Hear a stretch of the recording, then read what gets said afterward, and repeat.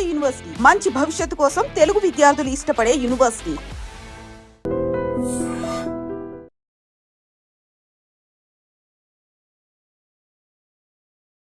Welcome to I dream. నేను మీ భవ్య.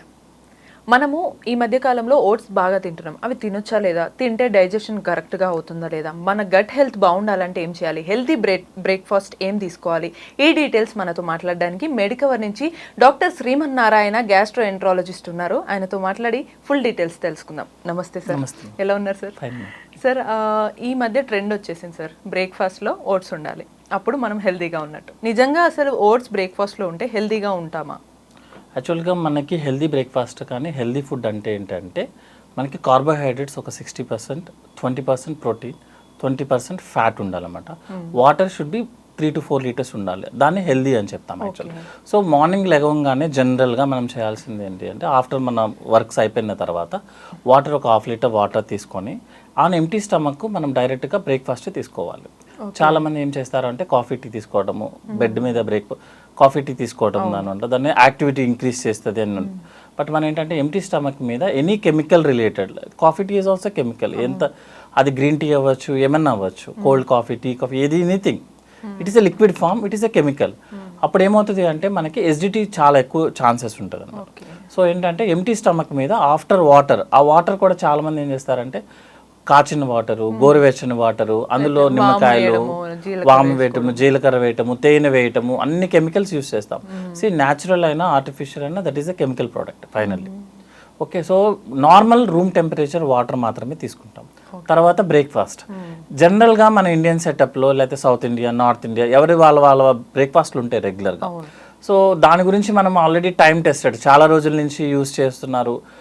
Old people ఏమో మేము ఇవన్నీ తినేసి హెల్దీగా ఉన్నాం చూడండి అంటారు, మేము రోజు నెయ్యి తింటాము అయినా కూడా మేము హెల్దీగా ఉన్నాము అంటారు. న్యూ పీపుల్ ఏమో లైక్ మన బ్రిడ్జిల్ లాగా అనమాట, అంటే కొంచెం తిన్నా ఇబ్బంది అయిపోతుంది.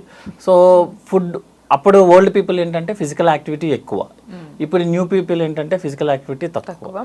సో వాళ్ళు డైట్ ఏం తీసుకున్నా అరిగిపోతుంది, మనం ఏం డైట్ కొంచెం అటు ఇటు అయినా కూడా ప్రాబ్లం అవుతుంది. సో ఇప్పుడు ఏమిటంటే మెయిన్ టాపిక్, ఇప్పుడు ట్రెండ్ అవుతున్నది మెయిన్ టాపిక్ అంటే ఓట్స్ అనేది మనం తీసుకోవచ్చా తీసుకోకూడదు. ఓట్స్ అనేది యాక్చువల్గా సీరియల్ గ్రూప్ అండి, లైక్ రైస్ లాగా, వీట్ లాగా, అది కూడా ఒక సీరియల్ అనమాట. సో కాకపోతే దాంట్లో ఉన్న ఒక ఓన్లీ అడ్వాంటేజ్ ఏంటంటే కార్బోహైడ్రేట్ పర్సంటేజ్ 66 మిగతా సీరియల్స్ లాగే అనమాట. కానీ మెయిన్ అడ్వాంటేజ్ ఏంటంటే హై ఫైబర్ ఉంటుంది, almost like 11 grams fibre in each 100 grams లో 11 grams fibre which is highest in serials అనమాట. సో ఫైబర్ ఎక్కువ తీసుకున్నప్పుడు ఏమవుతుందంటే మనకి కార్బోహైడ్రేట్ని అబ్జార్ప్షన్ తగ్గిస్తుంది. అదే టైంలో ఏంటంటే ఒక సాల్యుబుల్ ఫైబర్ బీటా గ్లైకాన్ అని చెప్తారన్నమాట, అదేంటంటే యాంటీ ఇన్ఫ్లమేటరీ ప్రోడక్ట్ ఉంటుంది, అంటే లైక్ గ్యాస్ట్రైటిస్ని తగ్గిస్తుంది యాక్చువల్గా. ఇంకోటి ఏంటంటే డైజెషన్ ఇంప్రూవ్ చేస్తుంది. ఓట్స్ తింటే డైజెషన్ బాగా అవుతుంది, ఓట్స్ తింటే డైజెషన్ బాగా అవుతుంది యాక్చువల్గా. ఇంకొకటి ఏంటంటే మనకి కార్డియో ప్రొటెక్టివ్ యాక్షన్ ఉంటుంది అనమాట, బీపీని తగ్గించడానికి అన్నిట్లోనే హెల్ప్ చేస్తుంది. కానీ దీంట్లో ఉన్న మెయిన్ ప్రాబ్లం ఏంటంటే కార్బోహైడ్రేట్ పర్సంటేజ్ ఈజ్ ఆల్మోస్ట్ 66%, అంటే ఈచ్ 100 grams లో 66% కార్బోహైడ్రేటే ఉంటుంది. మనము ఒక సాల్యుబుల్ ఫైబర్ కోసము, అంటే ఒక 11 grams ఉండే ఫైబర్ కోసము ఈ 66 grams of carbohydrate each 100 grams తీసుకోవాల్సి వస్తుంది. సో ఎవ్రీడే మీరు తీసుకుంటున్నారు అనుకోండి ఓట్స్ని, మీరు ఎవ్రీడే 100 grams లో 66 తీసేసుకున్నారు. మీకు విషయం తెలుసా, బ్రౌన్ రైస్లో ఉండేది 22 grams కార్బోహైడ్రేట్స్ 22 grams మాత్రమే ఉంటుంది. వాటర్ ఇంటేకే హైయెస్ట్ ఉంటుంది అనమాట. సీరియల్ నార్మల్గా వైట్ రైస్ తీసుకున్నా, వీట్స్ తీసుకున్నా ఏంటంటే ఎక్కువ కార్బోహైడ్రేట్స్ ఉంటాయి. సో కామన్గా ఏంటంటే ఒకే ప్రోడక్ట్ని ఎవ్రీడే తీసుకుంటున్నాం అనుకోండి, that is more danger. So ఏదైనా ఒక ఫుడ్ ఏంటంటే మనం రెగ్యులర్గా మారుస్తూ ఉండాలి. సపోజ్ మీరు ఇండియన్ ట్రెడిషనల్ ఫుడ్ తీసుకోండి, ఇండియన్ కాదు ఎవరిదైనా ఒక ట్రెడిషనల్ ఫుడ్ తీసుకోండి. సపోజ్ ఒక దోశ ఉంటే దట్ ఈస్ ద ప్రోటీన్ ఎక్కువ ఉంటుంది, కొంచెం ఆయిల్ యాడ్ చేస్తారు, ఫ్యాట్ ఉంటుంది. అదే టైంలో చట్నీస్ ఉంటాయి, లైక్ ప్రోటీన్ ఎక్కువ ఉంటుంది, కార్బోహైడ్రేట్ అన్ని మిక్స్ చేసిన లైక్ కలర్ఫుల్ లాగా అనమాట. అన్ని మిక్స్ చేసి వస్తుంది. కానీ ఒకరోజు ఇడ్లీ, ఒకరోజు దోశ. సో ఇడ్లీలో ఎక్కువగా కార్బోహైడ్రేట్స్ ఉంటాయి, దోశలో ఎక్కువగా ప్రోటీన్ వస్తుంది, పల్సెస్ వస్తాయి కాబట్టి. పూరీలో కొంచెం ఫ్యాట్ ఉంటుంది, అన్ని మిక్స్ చేస్తారు. సో మనం బ్రేక్ఫాస్ట్ని ఏదైనా సరే ఆల్టర్నేటివ్ చేసుకుంటూ ఉండాలి. జనరల్గా ఏం చేస్తారంటే ఓట్స్ అనగానే వీక్లీ మొత్తం ఓట్స్తోనే గడిపిస్తారు. అవును. 66 grams ఆఫ్ కార్బోహైడ్రేట్స్ ఎంటర్ అవుతుంది అనమాట. అంటే ఒక బెనిఫిట్ డే 66 గ్రామ్స్ అంటే మనకి వీక్ ఆల్మోస్ట్ లైక్ మీరు రైస్ తింటున్నట్టే లెక్క. అవును. అలా కాకుండా ఒక రోజు ఓట్స్, ఒక రోజు నార్మల్ ఇండియన్, ఒక రోజు సౌత్ ఇండియన్, ఒక రోజు నార్త్ ఇండియన్, ఒక రోజు నార్మల్ గా కొంతమంది ఫాస్టింగ్ చేస్తామంటారు. అట్లా ఇంటర్మీడియట్ గా చేసుకుంటూ వెళ్తే ఏమవుతుందంటే మనకి యూజ్ అవుతుంది. ఒక క్వశ్చన్ ఉంటుందండి జనరల్ గా, which is the best oil అని చెప్పి. యాక్చువల్ గా మనం సీనియర్ మోస్ట్ కార్డియాలజిస్ట్ అడిగితే ఆ బెస్ట్ ఆయిల్ అనేది ఎప్పుడు ఉండదు మనకి.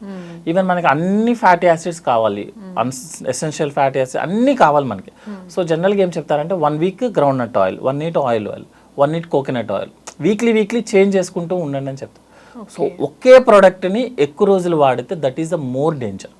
ఈవెన్ బ్రౌన్ రైస్ని మీరు ఎక్కువ రోజులు వాడారనుకోండి, దట్ ఈస్ ఆల్సో డేంజర్. అందులో ఏం ఎక్స్ట్రా రాదు, మీకు కార్బోహైడ్రేట్ రాదు. మన బాడీలో ఒక టిపికల్ ప్రాబ్లం ఉందండి యాక్చువల్గా. ఏంటంటే దానికి కావాల్సి వస్తే బ్రెయిన్లో ఉన్న షుగర్ని కూడా బయటికి తీస్తుంది. దానికి కావాలి, సపోజ్ మన బాడీకి కావాలి ఈరోజు షుగర్ కావాలనుకోండి, లివర్లో ఉన్న షుగర్ని బ్రెయిన్లో ఉన్న షుగర్ని కూడా బయటికి తీస్తుంది. దట్ అర్జు కోసం అనమాట. అంతే తప్పించి మనం ఈరోజు ఫుడ్ కొంచెమే తిన్నాం కదా బాడీ నువ్వు అడ్జస్ట్ చేసుకుంటే చేయదండి. లేదు 1 month మొత్తం మనం బ్రౌన్ రైస్ తిన్నామన్నా కూడా మనకి ఏం పెద్దగా మొత్తం బాడీలో ఉన్న మొత్తం జ్యూస్ అంతా బయటకు తీస్తుంది అనమాట. మనం ఎక్కువ తిన్నాం అనుకోండి, మొత్తం తీసుకెళ్లి ఫ్యాట్ లో అక్యుములేట్ చేసేస్తుంది. సో మనకి నచ్చినట్టు బాడీ ఉండదు ఎప్పుడు.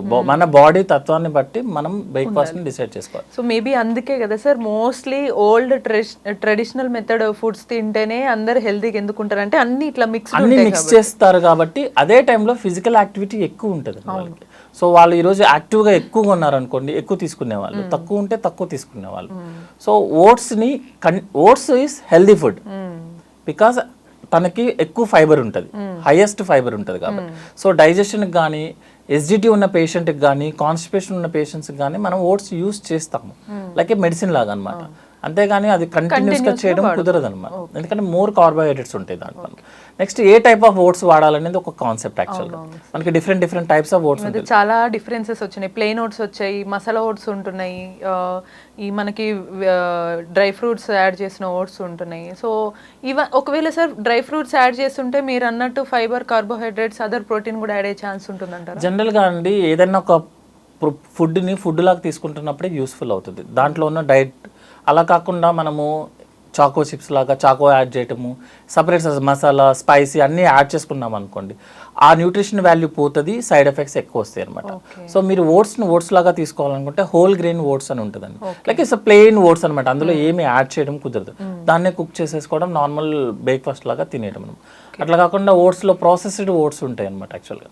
అంటే మీరు చెప్పినట్టు మసాలా అవన్నీ యాడ్ చేస్తుంటారు, దానివల్ల యూజ్ ఏమి ఉండదండి, ఇంకా ఎక్కువ సైడ్ ఎఫెక్ట్స్ వస్తాయి.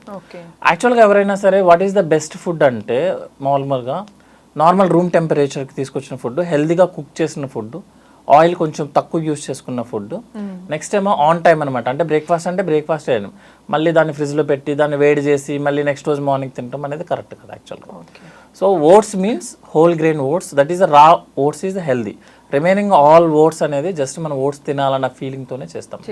ఈవెన్ అవైనా సరే మనం రెగ్యులర్గా అవే కంటిన్యూస్ కాకుండా అప్పుడప్పుడు ఎప్పుడు రెగ్యులర్గా చేయకూడదండి. ఏ ఫుడ్ను కూడా రెగ్యులర్ రోజు ఇడ్లీ తినడం కూడా కరెక్ట్ కాదు, రోజు దోశ తినడం కూడా కరెక్ట్ కాదు, రోజు ఓట్స్ కూడా సేమ్ అంతే అనమాట. సో మనం ఆల్టర్నేటివ్గా చేసుకుంటూ వెళ్ళాల్సి వస్తుంది.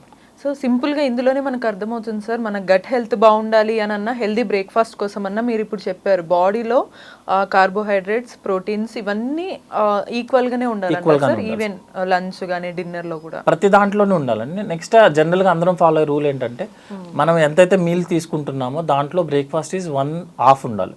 half of our food will be in the breakfast only. Next ఏంటంటే రిమైన్ దాంట్లో half is our lunch. Dinner ఏంటంటే జస్ట్ 1/4 మాక్సిమం అనమాట. అది కూడా డిన్నర్కి లంచ్కి మధ్యలో డిన్నర్కి స్లీప్కి మధ్యలో అట్లీస్ట్ ఒక 2-3 hours గ్యాప్ ఉంచుకునేలాగా చేసుకోవాలి.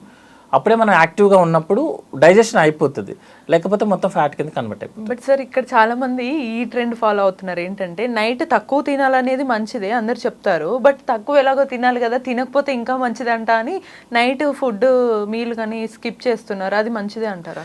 జనరల్గా అండి మనకి రిథమ్స్ ఉంటాయి అనమాట. అంటే మనం ఎలా నిద్రపోవాలనేది ఆల్రెడీ క్లాక్, లైక్ మన క్లైమేట్ని బట్టి. సపోజ్ మనం ఇండియాలో ఉన్నప్పుడు జనరల్గా మనకి నైట్ ఎప్పుడు అవుతుందో అప్పుడే స్లీప్ వస్తుంది. ఇదే ఇండియన్ పర్సన్ యూఎస్ వెళ్ళాడు అనుకోండి, 2-3 days కొంచెం ప్రాబ్లం ఉంటుంది, 4th day నుంచి సైకిల్ కంప్లీట్ అయిపోతుంది. అదేవిధంగా మన బాడీలో ఏంటి అంటే జ్యూసెస్ ఏదైతే జ్యూస్లు ఉన్నాయో అవన్నీ ఎప్పుడు రిలీజ్ అవ్వాలనేది already fix. Like early morning 4 o'clock to 5 o'clock మనకి 50% of our juices will be released. అందుకే బ్రేక్ఫాస్ట్ని స్కిప్ చేయొద్దని చెప్తాం అనమాట. So 24 hours some juices will be released. జ్యూసెస్కి ఫుడ్ కావాలి కదండి, ఒక మెటీరియల్ కావాలి కదా డైజెషన్ అవ్వడం. సపోజ్ డిన్నర్ మీరు స్కిప్ చేశారనుకోండి, మనం లంచ్ చేసే టైం ఎప్పుడు మేబీ 1-2 o'clock అయితే నెక్స్ట్ రోజు బ్రేక్ఫాస్ట్ ఎప్పుడు చేస్తాము 8 to 10 o'clock చేస్తాం జనరల్గా. సో ఆల్మోస్ట్ మనకి 12 to 14 hours ఫాస్టింగ్ ఉంటుంది. ఆ టైంలో ప్రొడ్యూస్ అయిన జ్యూస్కి మెటీరియల్ లేకపోతే మన బాడీనే కరిగిస్తాయి అనమాట అవి జ్యూసెస్ ఒకసారి రిలీజ్ అయిపోయిన తర్వాత తనకు ఫుడ్ ఉండాలండి అవి డైజెస్ట్ చేయడానికి. లేకపోతే మన ఏదో ఒక ప్రోడక్ట్ కావాలి కదా, అదేంటి మన బాడీ. సో సపోజ్ మీరు నేను డిన్నరే ఎస్కేప్ చేయడం అనేది కరెక్ట్ కాదు. డిన్నర్ని తక్కువ తీసుకోవడం అనేది లైట్ ఫుడ్ తీసుకుంటే సరిపోతుంది. సో చూసారు కదా, మనం రెగ్యులర్గా చేసే పొరపాట్ల వల్ల మన హెల్త్ ఎంత పాడవుతుంది అనేది చాలా క్లియర్గా చెప్పారు. ఇటువంటి ఇన్ఫర్మేటివ్ టాపిక్స్ కోసం కీప్ వాచింగ్ ఎ డ్రీమ్.